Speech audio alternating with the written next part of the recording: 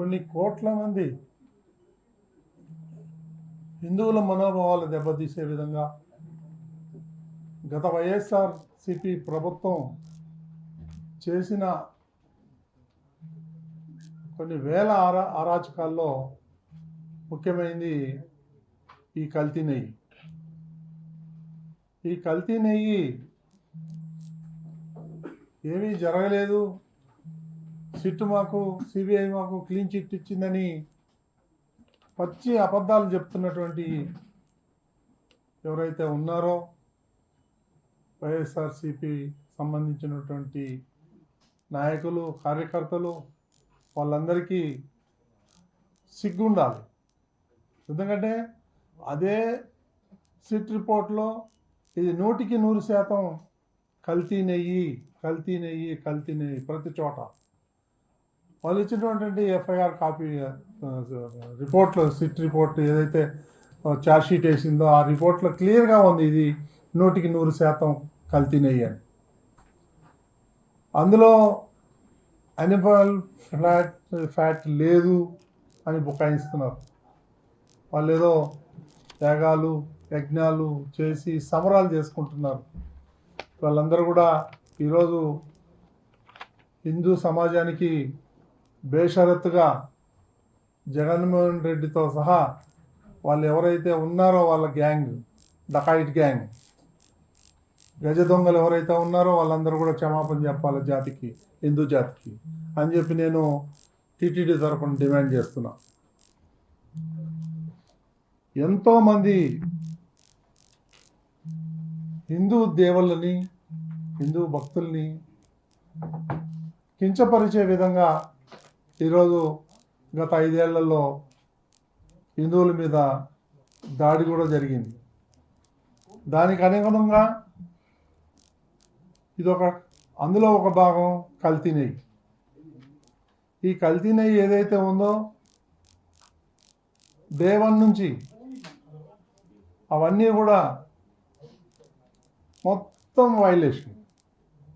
Tender ఇచ్చినప్పటి నుంచి మీ దగ్గర ఉండొచ్చు ఛార్జ్షీట్లో, టెండర్లో ఏమి ఇచ్చారు, అన్ని వైలేషన్స్. నామ్స్ ఏదైతే ఉండాలో టీటీడీ రూల్స్ అండ్ రెగ్యులేషన్స్ ప్రకారం అవన్నీ కూడా చేంజ్ చేసి పడేశారు. ఎందుకు చేశారు? ఎవరికి లబ్ధి చేకూర్చాలనే ఉద్దేశంతో ఇవన్నీ చేశారో ప్రజలందరూ గమనిస్తున్నారు. అందులో ఉన్నటువంటి ఎవరో ఒకళ్ళిద్దరు వ్యక్తులకి లాభం చేకూర్చే విధంగా ఆ యొక్క నిబంధనలు ఏవైతే ఉన్నాయో అవన్నీ కూడా చేంజ్ చేయడం జరిగింది. ఇది సిగ్గుచేటు. మళ్ళీ సామర్థ్యం లేని డైరీ ఏదైతే ఉన్నాయో వాళ్ళకి ఈ ఆర్డర్స్ ఇవ్వటం, సుమారు 60 లక్షల కిలోలు వాళ్ళ దగ్గర నుంచి కొనటం, సుమారు 250 కోట్ల రూపాయలు విలువైనటువంటి ఈ నెయ్యిని కొన్నారు. అది గతంలో ఎన్డీడీబీ వాళ్ళు టెస్ట్ చేస్తే దాంట్లో యానిమల్ ఫ్యాట్ ఉందని నిర్ధారించి వాళ్ళు ల్యాబ్ రిపోర్ట్ ఇవ్వటం జరిగింది. ఆ రిపోర్ట్ బేసిస్ చేసుకొని ముఖ్యమంత్రి కానీ, ఉప ముఖ్యమంత్రి కానీ, కొంతమంది సాధువులు కానీ వాళ్ళందరూ కూడా దీని మీద స్పందించటం జరిగింది. దీన్ని వదిలేసి మాకు క్లీన్ చిట్ వచ్చింది, దాంట్లో యానిమల్ ఫ్యాట్ లేదు, అది లేదు, ఇది లేదు అని బుకాయించడం వాళ్ళందరికీ సిగ్గుచేటు. కొంతమంది ఇక్కడి నుంచి ఈ బోలేబాబా డైరీని ఎవరైతే ఒక నలుగురు టీటీడీ నుంచి పంపించారు, ఈ గజ దొంగలు, వాళ్ళు వీళ్ళకన్నా మోసగాళ్ళు. వాళ్ళు పోయి వెరిఫై చేస్తే ఒక్క ఆవు లేదు, ఒక్క చుక్క పాలు లేదు, 1 గ్రాము అది వెన్న లేదు. మరి నెయ్యి ఎక్కడి నుంచి వచ్చింది? 60 లక్షల కిలోలు. అది వాళ్ళకే తెలియాలి. కొన్ని కెమికల్స్తోని ఇవన్నీ కూడా నెయ్యి తయారు చేయటం జరిగింది. అందులో సిట్ ఇచ్చినటువంటి షార్ట్ షీట్లో క్లియర్గా మెన్షన్ చేయడం జరిగింది. ఆ ఒకటి రెండు కెమికల్స్ అత్యంత ప్రమాదకరమైనటువంటి ఈ కెమికల్స్. అది వాసన రావటానికి వేశారో లేకపోతే దేనికి వేశారో మనకైతే తెలియదు అంత టెక్నికల్గా. కానీ వాళ్ళు హిందువుల యొక్క ప్రాణాలను తీసే విధంగా వాళ్ళు ఆ కెమికల్స్ని వాడి కొన్ని కోట్ల మందికి ఆ ప్రసాదాన్ని మనం పంచటం జరిగింది. ఇది వాళ్ళు చేసినటువంటి మహాపాపం. దాని ద్వారా 20 కోట్ల లడ్డూలు తయారు చేయడం జరిగింది. 20 కోట్ల లడ్లు. మనం అంచనా వేసుకోవచ్చు ఎంత అపచారం చేశారు ఈ దుర్మార్గులు. అదేవిధంగా 5 ఏళ్లలో 250 కోట్ల రూపాయల నెయ్యి సరఫరా చేయటం జరిగింది.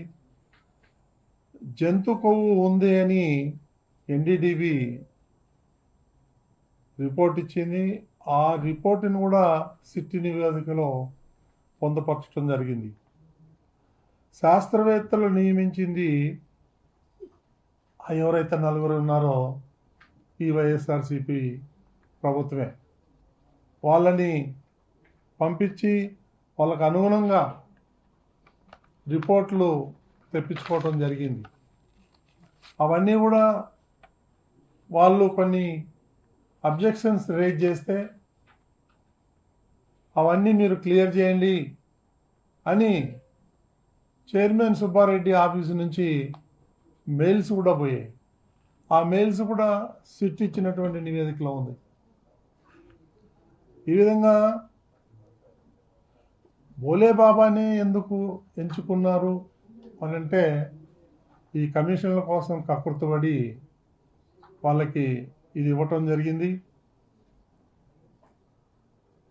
ఏ నియమ నిబంధనలు లేకుండానే భోలేబాబా డైరీకి ఎందుకు ఇచ్చారు? ఈ చిన్న అప్పన్న ఎవరు? సుబ్బారెడ్డి పిఏ కాదా? ఒక ప్రైవేటు వ్యక్తి ఇన్ని కోట్ల రూపాయలు లావాదేవీలు జరగడం సాధ్యమా? ఈ చైర్మన్ కానీ వాళ్ళ నాయకుడు ముఠా మేస్త్రి జగన్మోహన్ రెడ్డి కానీ వీళ్ళ సహకారం లేదే ఒక పిఏ ఇన్ని 100 కోట్ల రూపాయలు మ్యానిపులేట్ చేయగలడా? అది వాళ్ళే సమాధానం చెప్పాలి.